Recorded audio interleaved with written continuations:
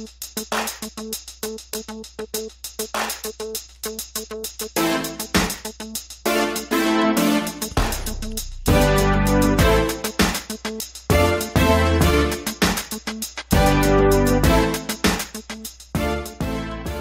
and welcome to the Black Entrepreneur Blueprint Show. I am your host, Jay Jones. Black Entrepreneur Blueprint was created specifically to educate and inspire Black entrepreneurs to launch, build, and grow successful businesses. Join us as we help build an economic power base in the Black community by promoting business ownership. If you are currently an entrepreneur or want to be an entrepreneur, we invite you to join us every week here at Black Entrepreneur Blueprint.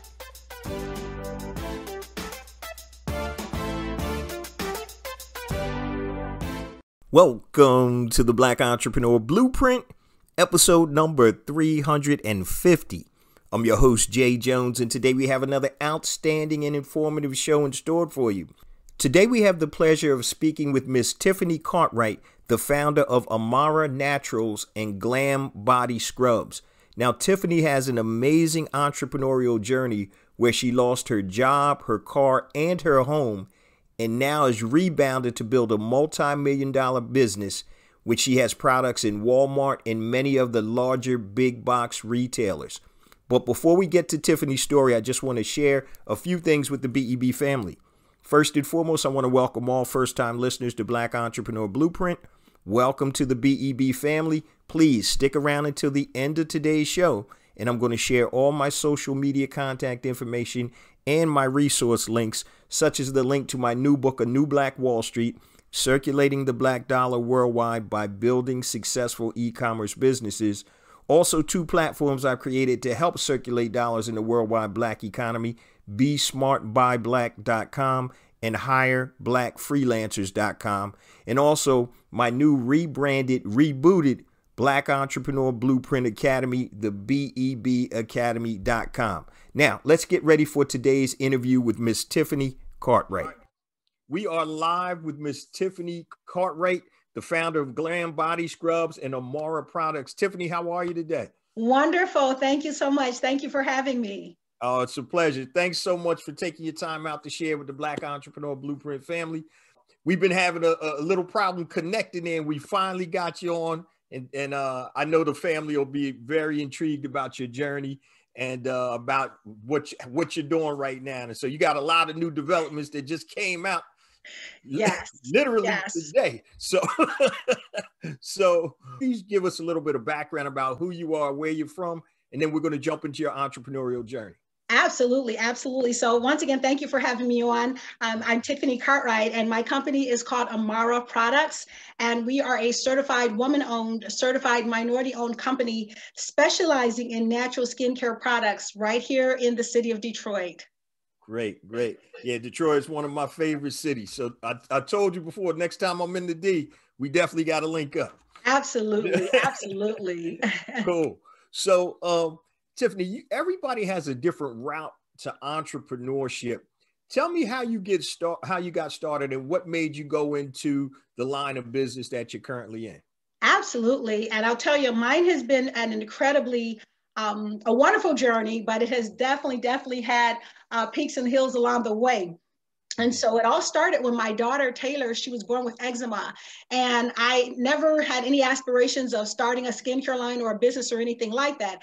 I was simply a mom in search of natural remedies for my daughter's skin because I just did not want to use harsh steroids. I didn't want to use any chemicals. And I was worried about finding something that was actually gentle enough.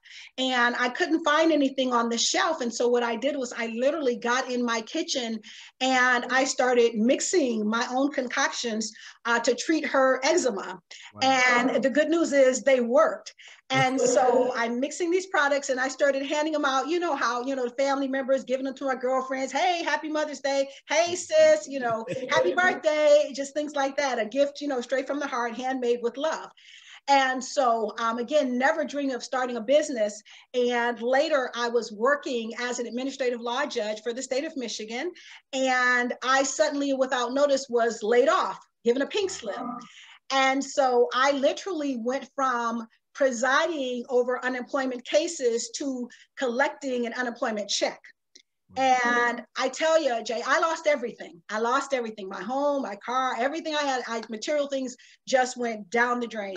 And so I suddenly found myself, like I said, in this position, like, okay, what am I going to do? Well, it just so happens at that time, my brother, he's the founder of Global Empowerment Ministries here in Detroit, and he definitely advocates and promotes business and entrepreneurship in the Black community for the purpose of bringing change so that we can create jobs, the whole nine. And he was on the radio that particular day, and he says, he says, that invention that you've been sitting on, he said, that book that's inside of you, he said, those recipes that were given to you from your mom and your grandma and your auntie, he said, those concoctions you've been mixing in your kitchen, hello, he said, that's the business you're sitting on. He said, you are an entrepreneur. And he says, the world needs what you have. And I'll tell you, the bells and whistles went off at that time. And I'm like, you know what? He's talking to me. What am I waiting for? And more than that, what have I got to lose? Right. So I started an LLC right here in the state of Michigan. It's $50 on a one-page form. So I started an LLC. And I started working on packaging and labeling these concoctions that were collecting dust on the shelf at this point, because I'm not really doing it on the regular. And it just so happens he announced that same time, he said that Shark Tank was coming to Detroit and they're looking for entrepreneurs to come and pitch their products. Well, here I am again. What do I have to lose? So a whole group of us, we pitched our products to Shark Tank down at Tech Town here in Detroit. And I was blessed to get a yes, from Shark Tank. So that was absolutely, totally exciting. I was so elated. And after that, he announced that Walmart has a program called Made in America, where they actually invite suppliers to travel to Bentonville, Arkansas, and you go and you pitch your product to them. And so once again, I thought, hey, this is an amazing opportunity. I don't know whether they'll like my product, but again, what have I got to lose? Why not go for it? And so my family and I traveled down to Bentonville, Arkansas, and I was able to meet with various buyers there and actually was able to get a deal with Walmart.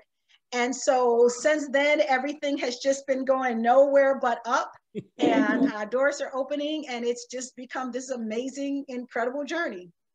That's an amazing story. One of the things I wanted to ask you, because it seems like if you're an entrepreneur with a physical product, getting into Walmart and big box stores, that's a dream come true. So I wanted to ask you, when you started working, or when you went down to Arkansas to meet with Walmart, how was that process? Was it very stringent? Did you have to jump through a lot of hoops? And share with us how that process was. So I've got to tell you, yes. Okay. The preparation was incredible. I went down there with the mindset, and you have to remember, I'm in there like I have nothing, I need a deal. Right. And I went into with the mindset that I am not leaving Bentonville, Arkansas without a deal. And so because of that, my preparation meant, I said, I'm not going to give these buyers a reason to tell me no. And so by the time I traveled to Bentonville, Arkansas, I had lined up liability insurance. I had all of my certifications in order. I had my packaging, my GS1 barcodes, everything that they needed. I had samples of my product. I had these beautiful folders made together. I mean, just everything was in place. So I could just sit down with the buyer and just say, boom, boom, boom, boom, boom. Any one of those things not being there could have stopped me from getting a yes from them ultimately. And so that preparation was amazing. And it was a lot of work, but I tell you what, it was so worth it just for the experience. And here's the flip side of that too. While it's funny, that's a great question that you asked, because I tell people that when we were in Bentonville and we got the deal, they told us now the real work begins. And I got to tell you, and so, right, and that's exactly what I said. I was like, all this work, all these sleepless nights that I spent, trying to get here and putting things in place. And I said, you mean to tell me that now the real work begins? No, the real work began me trying to get here. Well, no. And now being on the other side of it, I can honestly tell you, I understand why they told us that, because it's not just, and so many people think, oh, it's so wonderful. That's a once in a lifetime opportunity to get on the shelf. But the real key is not getting on the shelf. The real key is staying on the shelf. Right. Yeah. So that's where the real challenge comes. But yeah, the preparation, it's a process. And I try to teach entrepreneurs now. I share the information, and I'm trying to help other businesses get into stores, big box retailers. So I am really trying to pour back into the community the information that I have, so that, to bless others and to help others along the way. Yeah, we definitely appreciate that. You know, you and I got to talk offline about my hot sauce. We already talked briefly. so, so Hey, listen, there's a space for you that's waiting just for you with your name on it. that's what I'm talking about. Uh, I wanted to ask you, I wanted to jump back a little bit. You had mentioned something that, and I appreciate it because you're transparent about losing your car, your house, you know, your job and all of that. What was that like in terms, take us inside your head at that point in time, and what was it that kept you moving forward when you're dealing with such adversity? Absolutely. I'll tell you, it had to be the total low point of my entire life. My background is in law, and I graduated from University of Michigan Law School. And so I'm sitting here, with this law degree and no job, and can't get a job. And it was even more so challenging because having worked as a judge, I could hardly even get interviews because everything I would interview for, they would say you're overqualified for it. So I would literally go to a job interview, and then when I would finish the interview, they would say, "Oh, thank you, Your Honor, for coming in." So needless to say, that's a no. That tells you right there, they don't see me as a colleague. They see me as, and they never thought I would stay. So it was devastating. It was absolutely devastating. And I am a person of faith. And I'll tell you, it was my faith that sustained me during that time. Was it easy? Absolutely not. But, it was my faith and taking acts of faith. I share the story candidly about walking through a Walmart store. Nobody knew how bad my situation was because, we don't, want your business out there like that. So no one knew how bad it was. But I can remember walking through the Walmart store with nothing but a bridge card in my wallet with very limited funds on there and looking at my grocery cart, trying to decide what do I need versus what do I want, and having to pull the things that I want out of that cart and focus on the things that I need. And walking over to the cosmetics aisle with an empty jar with my label on it and moving things off the shelf and putting my product on the shelf and pulling out my piece of a cell phone and taking snapshots of my picture on those Walmart shelves with tears in my eyes, saying that this is going to happen. This is going to happen. I'm going to get a breakthrough. This too shall pass. Brighter days have to come, just to see a light at the end of the tunnel. So like I said, absolutely devastating. And but for my faith, I don't know that I would even be here right now. Understood. I listened to God's ears because, like I said, no one knew. It was a silent struggle. Right. And that's yeah, that's understood, because it is when you go through those periods of time. That's what I tell people. If you don't have faith in a higher power, I don't know how you do it, because it's real. Yeah, no, real you tough. can't. Yeah, you can't get through it. Exactly. Tiff, I wanted to ask you, when you were playing around in the kitchen, right? Where did you start? I mean, you're trying to figure out this solve the problem for your daughter, but where did you start? Did you have any like old homemade remedies or something before? Absolutely, I did. I tell people, back in the day, we didn't go and get all these prescriptions for things. I came up old school where, my mom thought castor oil and cod liver oil were cure-alls for everything. You know what I'm saying? So if you had a tummy ache or whatever's going on, you took a dose of castor oil, a dose of cod liver oil, and you were good to go. You know what I mean?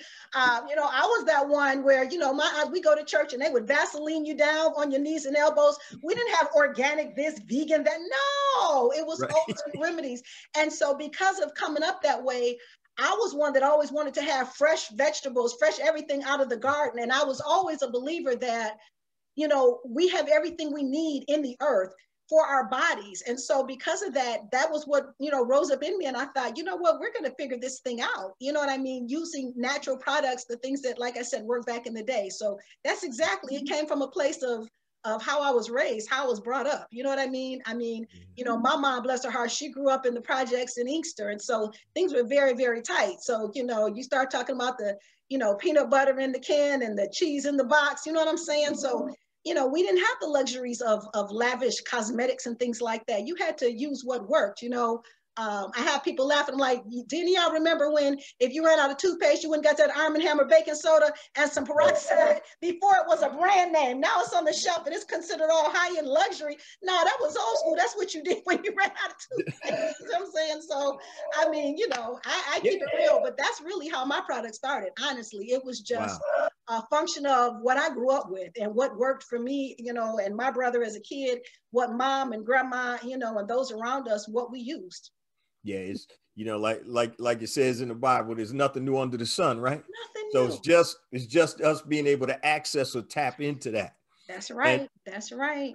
and so how long did it take you to come up with a formulation that actually worked for your daughter?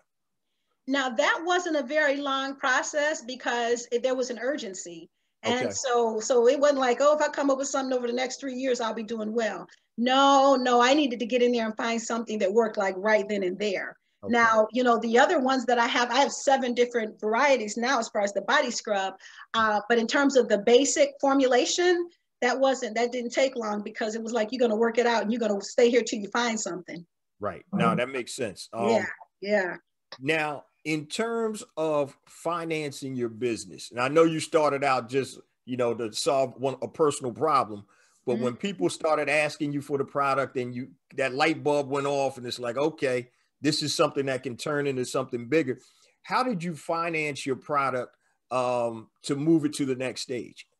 And well, and here's the nice thing. I go back to global empowerment. One of the great things about it is that we had, you know, things in place before we traveled down there. So, you know, there are factoring companies as well as purchase order financing companies. And that's what they're there for, to help you with the finances that you need to actually be able to fill those orders and get them on the store shelves. And basically what happens is that, you know, the factoring companies, when you get your deal, they basically will make sure that you've got, you know, the financing, and once Walmart pays you, then you go ahead and you pay them. The purchase order financing company on the front end, when you get the purchase order, they're helping you get the money you need so that you can fill the purchase order.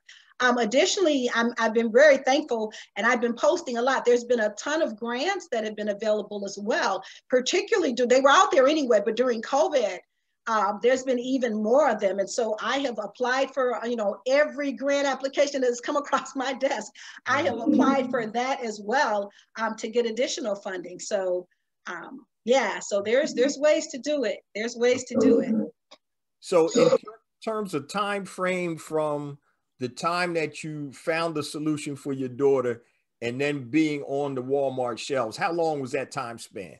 So there was a lapse from the time, because when I mixed those products, she was a little toddler, you know, very, very young. So she's older now. But again, it sat on the shelf. I wasn't really doing it as a business at all. So I actually started the business in 2015. Okay. That's when I got the LLC. And again, I wasn't really running full force with it. But in 2018, that's when I pitched it to Shark Tank as well as to Walmart. Okay.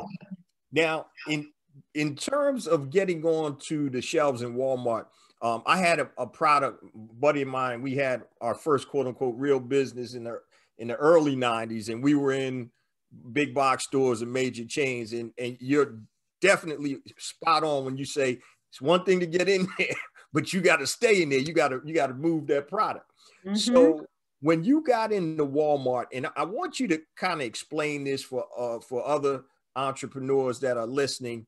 What are some of the tips that you would have or that you would give that would help people not just get in the store, but to actually stay in stores? And what have you done to help solidify your place on the shelf there? Absolutely, absolutely. And so one of the things that I would tell people is to make sure you have a team in place, even from the very beginning. And also that you want to have a budget for just for marketing or promotion, where you have funds that you're going to dedicate to marketing your product. You know, my motto, and I tell this to everyone that wants to be on the shelf, I say, you know, when it sits on the shelf, it does not sell itself. And that's my motto. I tell people all the time, listen, when it gets on the shelf, it does not sell itself. And so you need to be forward thinking in terms of what are the things you're going to do, what things you're going to put in place. I am part of an amazing organization, the WBENC, the Women's Business Enterprise National Council. And one of the other members there, I was at my wit's end. I literally, when I got into Walmart, I was literally jumping on planes, trains, and automobiles, traveling to the different places, driving a hoopty of a car as far as I could. And I was going into the stores to tell people about the the brand, to do live demonstrations, all of that, to check, store levels, everything. And so one of the things I tell people too is to be ready to work. I think sometimes we think you get it on the shelf and then your work is done. No, you have to work it once it's on the shelf. And if you're not able to do it physically, you have to hire people that are going to go in and check and monitor your store, your levels, make sure that it's being marketed properly, make sure that people know that it's there. One of the social media campaigns that a fellow WeBank member came up with is called Help a Sister Out. And this year, because of COVID, I was drastically limited in terms of my ability to travel into the different stores to do demos. You can't touch people. You can't, put stuff in people. You can't do any of that. And so she helped me launch this program, Help a Sister Out, where I literally on social media reached out to people all over the country and asked them to please help a sister out. I've got a great opportunity at Walmart.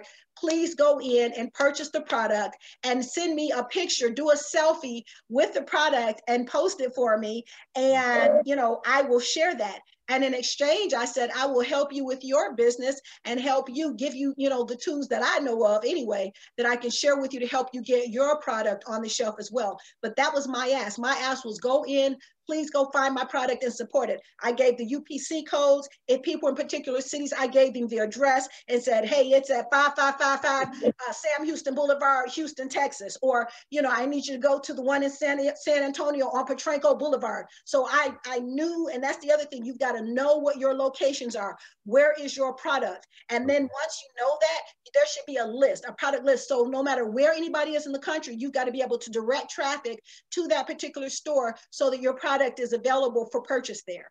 Gotcha. Now that makes a lot of sense. Great tips and insight from somebody that's doing it and doing it big.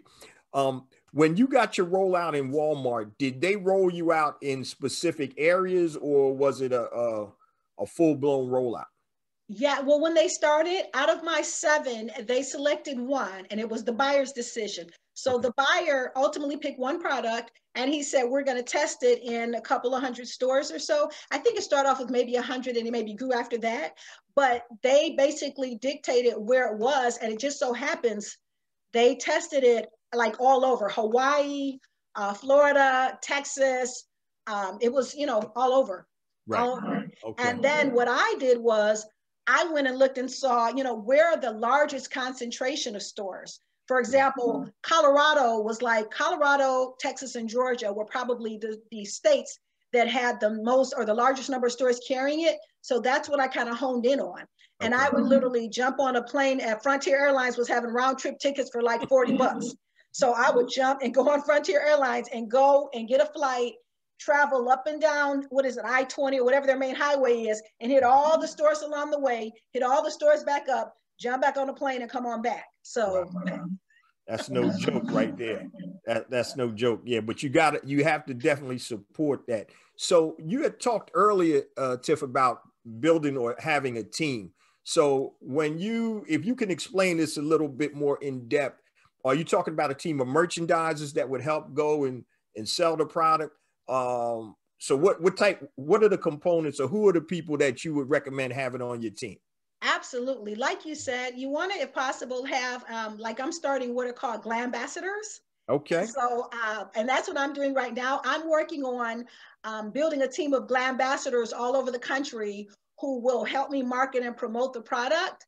And so, especially because of COVID, since I can't be there physically, these are people who maybe live in Dallas or who live in Houston or who live in, Virginia, wherever the product is, that have easy access and are shopping there anyway, that can stop in, see how the product is doing, and just be there to work. So absolutely in terms of being in store.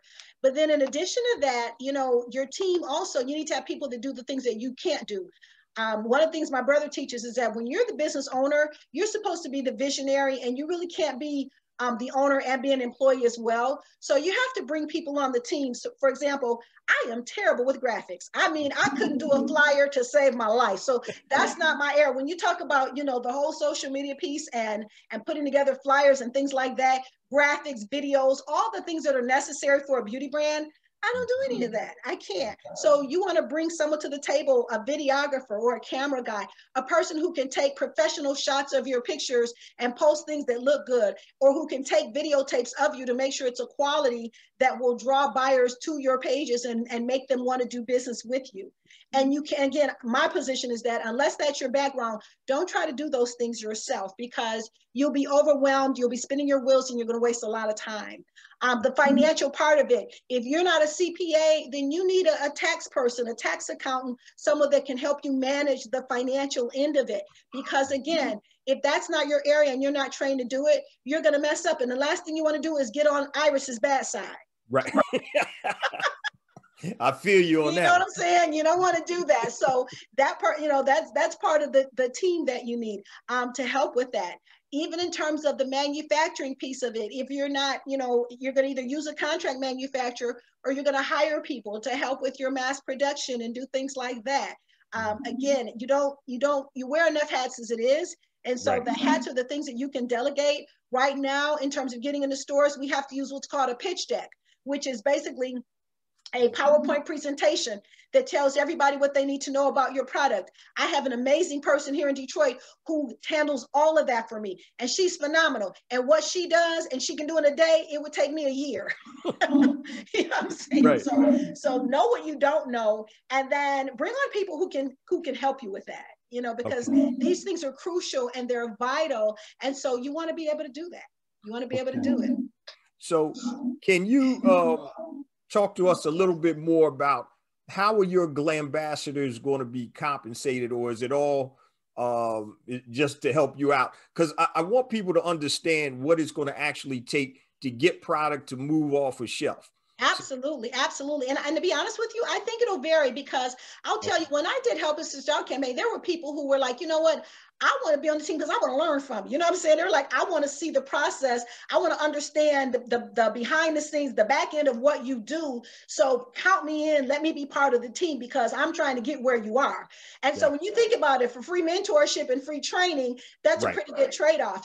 Other people want product. Listen, I will hook it up, but when I go in there and check your store levels, can you hook a sister up with a couple of jars of body scrub? You see what I mean? And so and I'm good with that. I'm good with that. Others, it probably will be some form of payment compensation. They may say, well, you know what, it may be an hourly rate, or you give them gas money, or what have you. So one thing I say, be flexible and be adaptable and work with people where they are, because at the end of the day, let them decide what's best and what's more meaningful to them, and then work it accordingly. And if there's something other you can do, hey, go for it. Go for it. No, that makes a lot of sense. So you touched just briefly on manufacturing. So I know that obviously you're not sitting in the living room scooping and making product anymore, right? So no, actually it depends on the order. It depends on the order. No, I still do. I work from home too. Absolutely. I absolutely do. Because the thing is that you're not going to get a contract manufacturer. If you got I have the products on Walmart.com, for example. I do those orders personally, because those orders come in kind of sporadically, and it's not enough right now to warrant bringing in a contract manufacturer. And so I never want to discourage anybody from starting off in that kitchen, and you stand in that kitchen for as long as you have to. Most suppliers, they keep things in-house for as long as they possibly can. Yeah. And so we have to be careful, because you bring on that type of help when you need it. You can't go to contract manufacturer and, I need 20 jars. They're going to laugh you out of that building. You know what I'm saying? So so no, you until you get to that point. Oh, and trust me, I have called on friends and family member, and we've done assembly line right here. Okay. In fact, I posted a picture on social media of, my living room and the back of my trunk. Boxes everywhere. Okay. That's the grind. And so I'm never going to shame anybody. You sell out of your trunk for as long as you have to. And you mix in that kitchen for as long as you have to. You see what I'm saying? Until you get where you want to be. There's no shame in that at all. None. Okay. So it's funny you mentioned that. So, with this hot sauce business, so I have a contract manufacturer. But I also said, you know what? Let me get my own filling machines. I bought a couple filling machines. Hello. Labelers, bottle labelers. And I said, you know what? I'm going to try to move as much as I can, or do as much as I can in-house, like you said, because when I get the bigger orders, you gotta go outside for that. Exactly. But it's funny, my kids were laughing like, Dad, what's all of this machinery? I said, don't laugh, because you're gonna be in the basement in a minute with a net on your head. That's right. You know, when you look at it, I don't know if you, but I've posted pictures and I remind myself of Amazon, you know, with the little handmade cardboard poster with Amazon on it. You look at Bill Gates, you know, starting Microsoft, they all started that same way. That's and right. So, you know, one of the things I tell people, especially new business owners that are aspiring to work with big box retailers, I tell them all the time, I say, you know what, you know, we see them in their glory, but do you know their story? Right. And what it's so important to be able to do is to hit that rewind, brother. My brother talks about it all the time. Hit the rewind button. And when you hit that rewind button, you will see that so many people started off just like you're starting right now.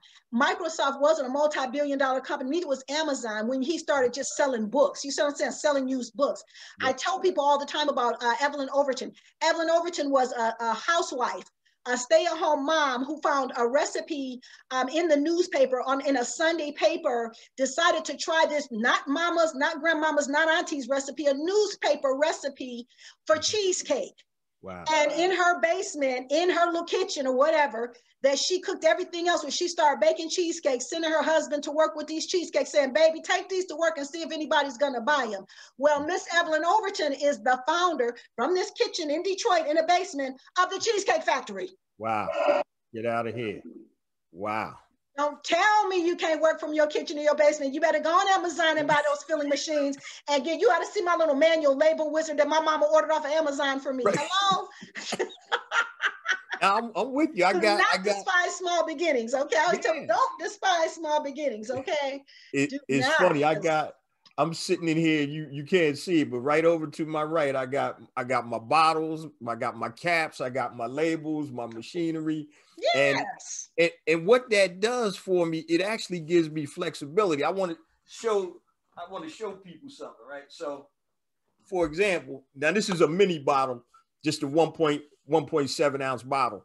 Yes. Because I didn't have to put the label on, right? So I'm working right now with a couple of convenience stores. And I said, well, instead of putting the label on or having my co-packer do it, maybe the convenience stores might want to co-brand it, or maybe they want to do it under their own brand. So let me keep some flexibility and not have my, brand on it. And I can do it like this. Oh, you want to co-brand it? That's not a problem. Now I create the different label for them. So having some type of control in your manufacturing process, even how small it may be, can be beneficial to you. So I'm glad you brought that up. And I highly recommend that. That's a very good point that you raised. And I would highly recommend that everyone have their own and have it on standby, because you never know. You never want to have your destiny in someone else's hands. And if something should happen, you have to be able to roll your sleeves up and get to work. And and the equipment, like I said, between Alibaba and Amazon, the same equipment that the contract manufacturers use, you can definitely purchase it yourself.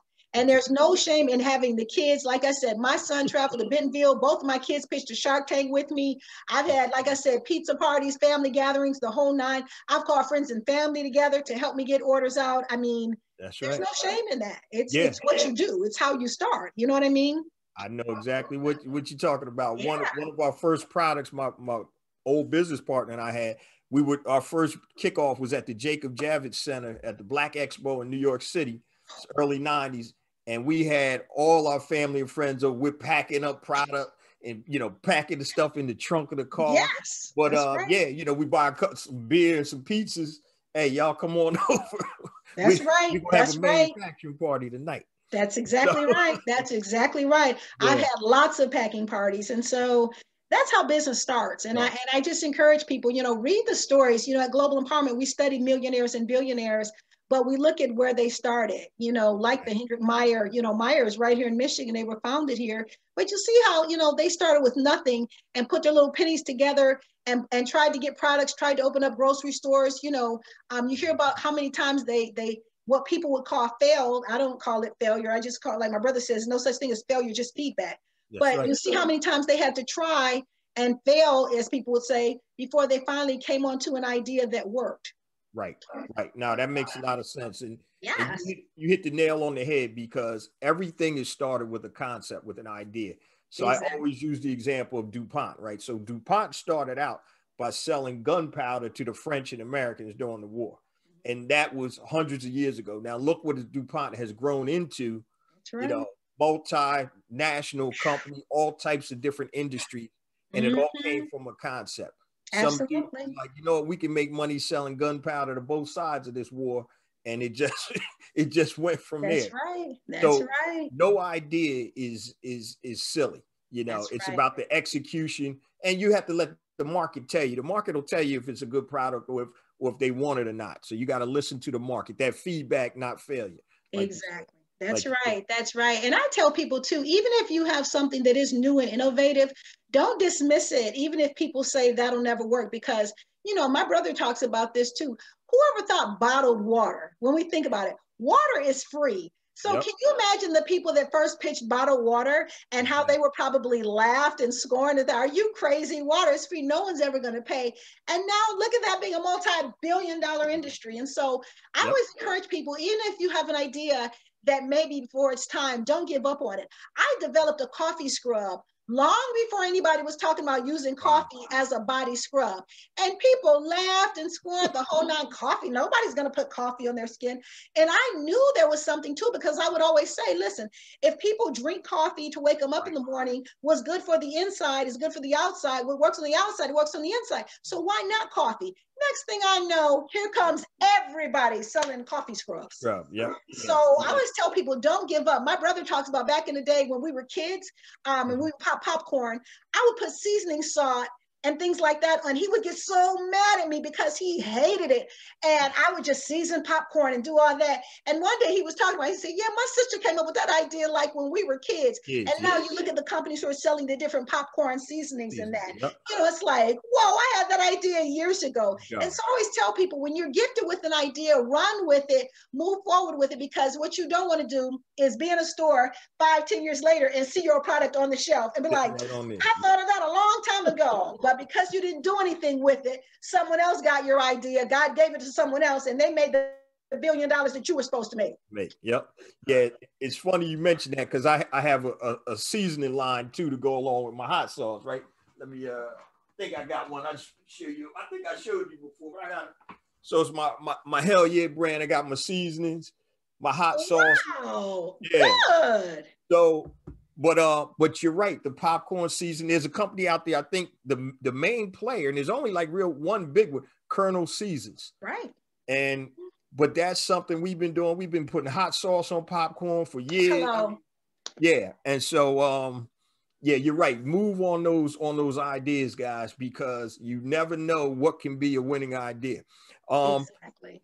I wanted to ask you real quick about what makes you get up and do what you do every day? What's your motivation You know what? or That is a inspiration? very, very good question. And I tell people honestly, it has to be about your why. When Right. we talk about business ownership and becoming entrepreneurs, our vision has to be bigger than ourselves. And if you don't Definitely. know, if you're not able to understand that it's not about you, I don't believe you can really attain the level of success that you may desire. And so, my why is what really, really keeps me going. I know that, the doors that have been opened for me, I know that God has opened those doors. And I realize that what comes with that, to whom much is given, much is required. Right. I have an obligation to hold that door open for as many other people as I can assist and help bring along with me. And so when I think of it that way, and when I think about right now, our vice president, I quote her all the time of how she said how her mother taught her, you know what, you may be the first, but just make sure you're not the last. Right. When I know that I may be the only Black woman that some people will see that has products on Walmart shelves, that tells me you have an obligation to let people see you, to tell your story, to do these type of programs, podcasts, interviews, and encourage and motivate and inspire others. Right. And at the end of the day, that's the why, and that is what keeps me motivated to doing what I do. I am here in the city of Detroit, and one of the things that we talk about at Global Empowerment is how we lead the nation when it comes to poverty, unemployment, incarceration, and recidivism, and having the smallest number of entrepreneurs. And for me, my desire to change those stats, to change the narrative, that's what keeps me going. When I see people sleeping under the bridges, you know, in cold weather with army blankets, or when I see stories about the human trafficking in our city and girls having to sell themselves on the streets, that's your why. And so right now I'm looking to open up a manufacturing facility right in the city of Detroit where I can hire women who are returning citizens who maybe made mistakes earlier in life, who cannot get a job because once you have a criminal record, nobody's going to hire you. So I'm going to hire those women, women who have been victims of domestic violence and human trafficking. I want to be able to give them jobs. Facilities, the places that we have here that shelter young girls, I go out and talk to those young girls about being an entrepreneur and starting a beauty line and doing skincare. And I take them products and let them sample it. And that's what it's all about. I mean, that's my why. If I can change their lives, if I can minister to them in some way, and if I can help not just fish, but teach these women how to fish, that's what makes it worthwhile. And that's what motivates you and keeps you going, because you know, it can't be about you. And when you realize that there are people who are counting on you to grind every day, when you know that you're in a position to help so many others, and that if you don't do it, you don't know who will do it. When you say the change that is to be all begins with me, that's what's up. That's it right there. Oh man, that was beautiful. That was beautiful. I tell people all the time, I think, you know, a lot of times when we start businesses, the main, obviously the objective is to make money. And I think once you get to a certain point where, not that you're rich, but that, okay, things are going well, I'm comfortable, I'm still grinding. I think sometimes your mind shift changes a little bit about it's not as much self-preservation. It's about, okay, I'm okay right now. What can I do to help my fellow man? Because we're all here to serve in some form or fashion. So exactly. Yeah. So exactly. I appreciate that, sharing that with the BEB family. Got a couple more questions. I know you got so many big meetings coming up. It's crazy, but a couple more questions for you, Tiff. Sure. Where do you see yourself in your business in 5 years? In 5 years, this will be an international beauty brand that will be a household word, just like Microsoft computers are right now. And I envision having manufacturing facilities all over the entire country, particularly in underserved and underprivileged areas. So I'm looking at the Chicagos, the Detroit, you know, the Clevelands. I want to have facilities there, and I want to be able to hire them, just like I'm trying to do in Detroit right now. My vision is to do that all over the country, and I'm believing that within the next 5 years, that is going to happen. That's a blessing. All right, cool. In terms of an exit plan, do you have an exit strategy? I do not. No, you know what? You know, we talk about an exit strategy. That's one thing that I do not want to do, because, you know, oftentimes, you know, people think, well, if somebody offers you X amount of money, take the money and run. But what people don't think about is that when you do that, you are also losing control, and the people that you are called to help and the people that you called to reach, there's nothing in store for them. Because if I sell my company to ABC company is coming with their own workers, and they may not care about the women who've been victims of human trafficking. They may not care about those who are living under the we're living under the freeway bridges that now are feeding their family based upon the employment that I'm able to afford them. And so I don't have an exit strategy that way at all. If I have my druthers, my business will continue on indefinitely. You know, my brother talks about when we fill out our form for our business, do you want it to be perpetual? And we all check that box and we say perpetual. And to me, the mindset has to be, this is perpetual. And when I'm gone, I already told my kids, I'm saying, look, if you all sell my business, I'm gonna come back and haunt you. And listen, I'm like, and I don't have any grandbabies now, but I'm like, when they do, they're gonna learn how to be business owners and entrepreneurs, and I'm gonna be carting them around with me and teaching them how to run this business, because that's what I wanna see happen. I don't ever wanna have an exit strategy at all. Not on my watch anyway. So are your kids involved in the business right now? They are. Like I said, my son, he traveled to Bentonville with me. In fact, we were the poster board for Walmart. They caught this shot of me that I didn't even know was out there till people at my church sent it to me. But he has traveled to Bentonville with me to travel to meet the buyers. And there have been times where I've had vending events that I've gone to where it has been terrible settings, no running water, no heat, no nothing, not a customer anywhere to be found. And when I get to that point where I'm ready to give up, and I call him whining, everybody's like, Mom, trust the process, Mom. You got to trust the process. You know what I'm saying? So it has been amazing. And like I said, and my daughter, she was the reason why the product was started. So she's been like the brand, you know, the reason why the product exists in the first place. And so they have been just amazingly supportive. They come to everything that I do. They're right there, you know, right alongside with me. So yeah, they're definitely part of it. Oh, that's good. Do you have any, I don't want you to give away any secrets now, but do you have any other products or anything else coming in the near future, or are you going to stick with what you have right now? You know what, I'll tell, that's a very, very good question, because you know what I tell people, oftentimes when we become entrepreneurs and we want to be all over the board, and that's wonderful, but I say you have to consider the timing. And so I tell people, like, people told me, they're like, oh, you should do hair products. Oh man, you should do this, you should do that, you should do this, you should. I say, look, I do body scrubs. Gotcha. You know what I'm saying? I'm like, because here's the thing about it, to me, it's better that you take that one line of products and do that well, build your brand, build the integrity of your brand, build credibility with your customers. And when you do that and you lay that foundation, once your name is out there and you have that reputation, then it's easy for you to come on and say, well, if you all love my body scrubs, you're going to really love my body butters. Now, I've got body butters, I've got body washes, I do handmade soaps. I make the most amazing plantain black soap you've ever seen in your life.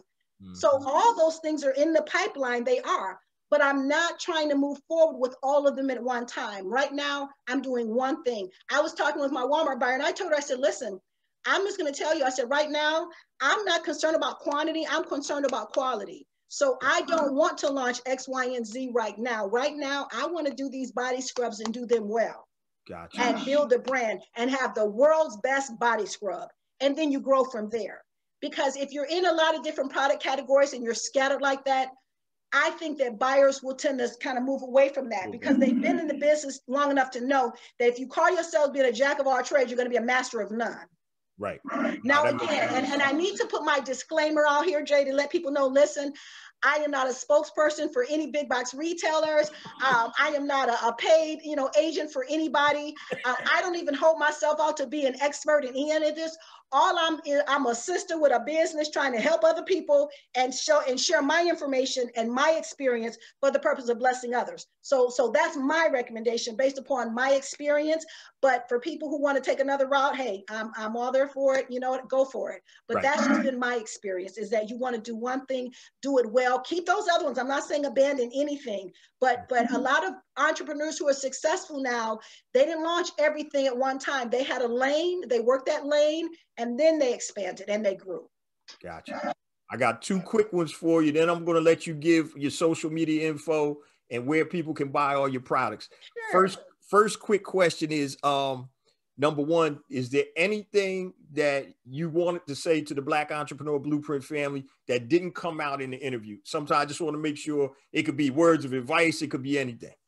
You know what? One of the things that I want to do for your audience is just make sure that they know that in me, that, I am here to support, to help, to mentor in any way that I can. My brother has mentored thousands, and as he's poured into my life, I want to pour into the lives of others. You and I, we've talked about that. You have given me amazing resources, Jay, and I am eternally grateful, and that's what it's all about. So the one thing I always want to leave the people who are watching or listening with is that I am here. I'm here for it, and I want to support as many others as I can. And I know that the experience I've had, it's only been for the purpose of blessing others. So I say that with all sincerity. Thank you. Yeah, because like I said, we talked behind the scenes, and you've been putting me down the game for a minute here, so I appreciate that. Last quick question. If you had the opportunity to have a conversation with somebody living or dead, who would it be and why? That's a very, very, very good question. You know what, and I'll tell you, as it relates to business and what I'm doing right now, one of the people I would love to have a conversation with will be Mary Kay Ash. Oh, wow. And the reason being is that the business model that she put in place so many years ago is just amazing to me. And I tell people all the time, I'm like, you know what, I don't sell Mary Kay, I'm trying to be Mary Kay. That's right. That's right. And so I would love to just pick her brain and just learn everything I could, because I'm serious. I'm trying to be the Black Mary Kay, for real. That's what's up. Well, hey, Tiff, before we roll, tell people how they can support you and where they can buy your products and the name of your products again. Absolutely. So it's Glam Body Scrubs. I have a jar right here. It's called Glam. These are wonderful, awesome body scrubs. They are now available. All 7 of them are on Walmart.com. So if you go to Walmart.com, you put in Glam Body Scrubs, they're going to all come up and you'll see the different varieties.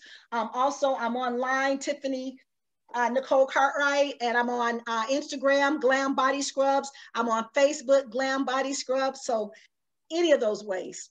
Cool. Reach out and look for them. We'll be launching in all of the Walmart stores later on this year. But in the meantime, everything has already been launched on Walmart.com as well. Cool. I appreciate it. Tiff, once again, thank you so much for sharing with the BEB family. Amazing information as always. And we're going to be in touch anyway. So Absolutely. That. Yeah, no, thank you so much. And I tell you, I'm just so thankful that our paths crossed, and anything I can do to be of service, hey, don't hesitate to call. I won't. That was an amazing interview with Miss Tiffany Cartwright, the founder of Amara Products and Glam Body Scrubs.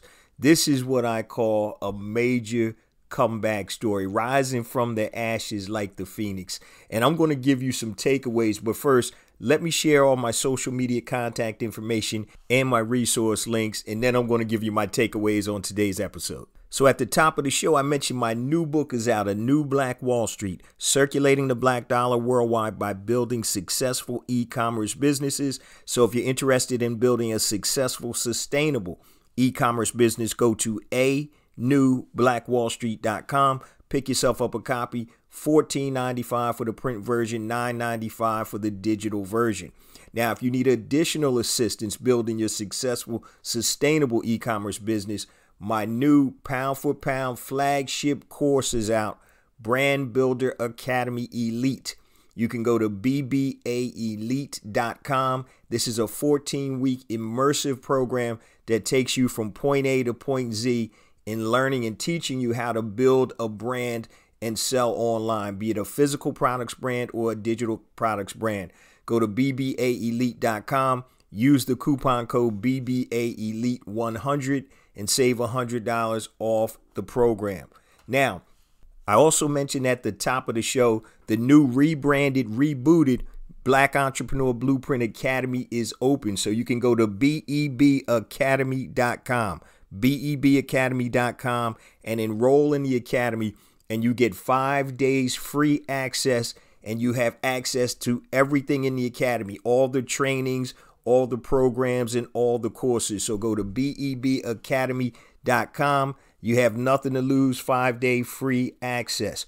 Also, don't forget 2 platforms I talked about also at the top of the show to help circulate dollars in the worldwide Black economy. BeSmartByBlack.com and HireBlackFreelancers.com. If you are a Black product producer and you want to sell your products to Black consumers, upload your product information to BeSmartByBlack.com. It is free. And you can connect with Black product consumers that want to buy your product all over the world. Now, I didn't forget about you freelancers. So if you do anything on Fiverr.com or Freelancer.com, upload your information to HireBlackFreelancers.com. Once again, it is free.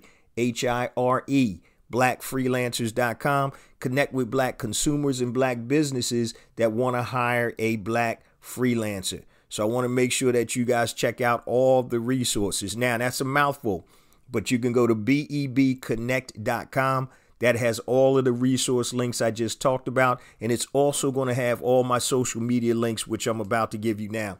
So if you want to reach out to me, anything long, hit me on email, jjones@blackentrepreneurblueprint.com, JAYJONES@blackentrepreneurblueprint.com, Facebook, Black Entrepreneur Blueprint, Twitter, jjones001, Instagram, jjones for real. That's JAYJONES, the number 4, REAL.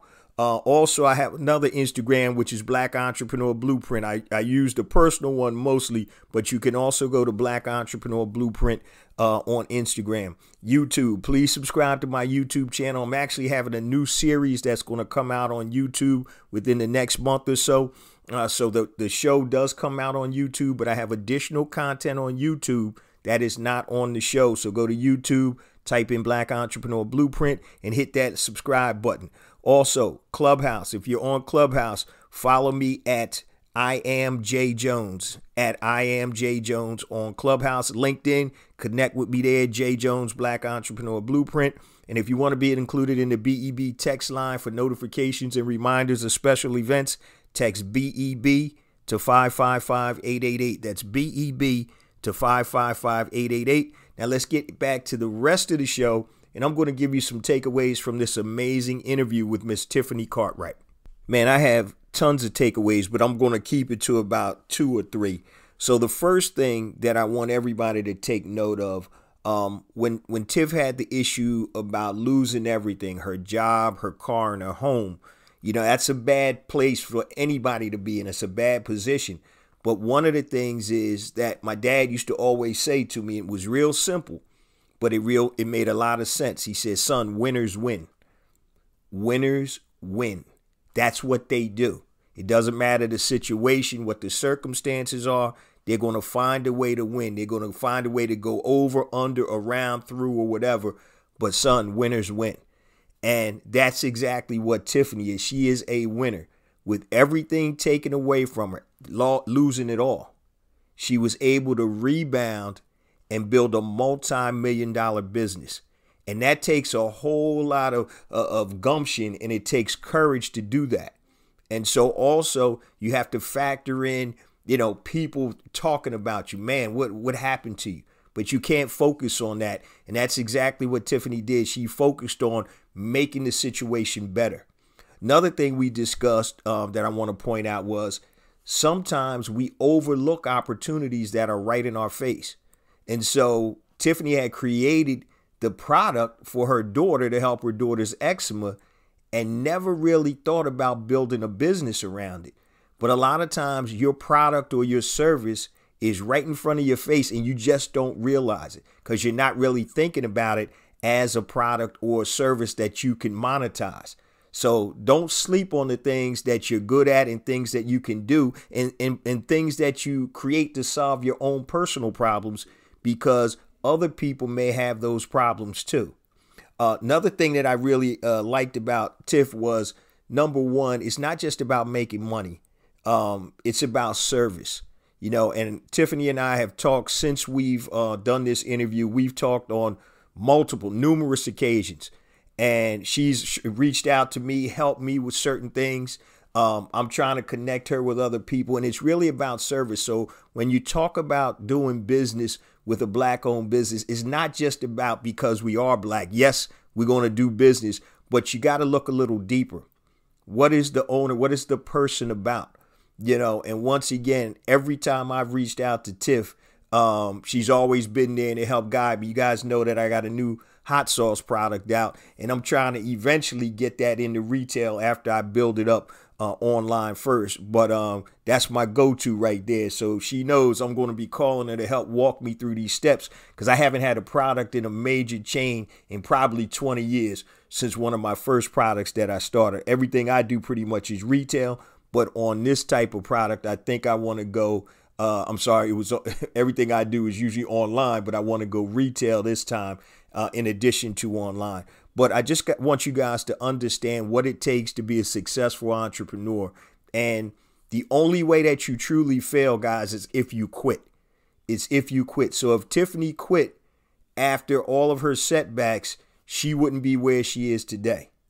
But that's the only true time, guys, that you fail, is when you quit, when you stop moving forward, when you stop trying to do something positive. That's when you fail. These setbacks, all that is a learning process. It's part of the process to becoming a successful entrepreneur. So when you have problems with your new business, you don't have enough money to get it started, you're in a crunch right now, nobody's buying your product or service, you got to figure a way out. You got to figure a way out to make it work. And the only way you're going to do that is to keep pushing forward and not quit. Now, once again, guys, don't sleep on it. Winners win. One of the best pieces of advice my dad ever gave me, winners win. The question is, are you a winner? Do you have what it takes to be a winner like Tiffany and fight through these different obstacles? I love this story because it's a story of somebody, like I said earlier, rising from the ashes like the phoenix, making that amazing comeback. And we always like to root for the underdog. So make sure you guys support Glam Body Scrubs. You know how we do it here. Everybody that we bring on the platform, they're vetted, and we want you to definitely support them. Tiff is doing great things in the community in addition to building a great business. So please support Tiffany and Glam Body Scrubs. Now, before we close on out, family, I say this each and every week, but it's the truth. We get more and more downloads because of you, the BEB family. We couldn't do this without you, because you guys are the engine that drives the BEB family. And, we've been rocking 6.5 years, 350 episodes, which is still mind boggling. It's crazy to me. Never would have thought this thing would have turned into what it is. And, we're continuing to evolve and change. We have an amazing new website that's coming out within the next month or two. We're working on the back end with it right now. So all of the resources and everything I talk about, at the beginning and the end of the show, all you're going to have to do is go to blackentrepreneurblueprint.com, and everything that I talked about is going to be there. And it's going to be positioned or situated in a way that you're going to have a personal tour. So whatever you're interested in, you answer a quick little question, it'll take you to those resources. And so I'm really excited and looking forward to the new website. And once again, we're evolving just like anything, any other business. And we're going to have a whole lot more resources, a lot of free resources for you guys to help you elevate your entrepreneur IQ. I say this also each and every week, but please continue to spread the word about the podcast, the blog, and also the movement, because that's really what it is. It's about building an economic power base in the Black community. It's about us. It's about us working together, sharing together, building Black-owned businesses and supporting Black-owned businesses, and not just building and supporting Black-owned businesses, but supporting each other. Business is one thing, but what are you doing with the resources that you're generating from your business? Are you working? Are you helping the community? Are you helping somebody else? Are you being a mentor to somebody that's coming behind you? So all of this is paramount, family, in us building an economic power base in our community. Love you guys. See you same time next week. Peace.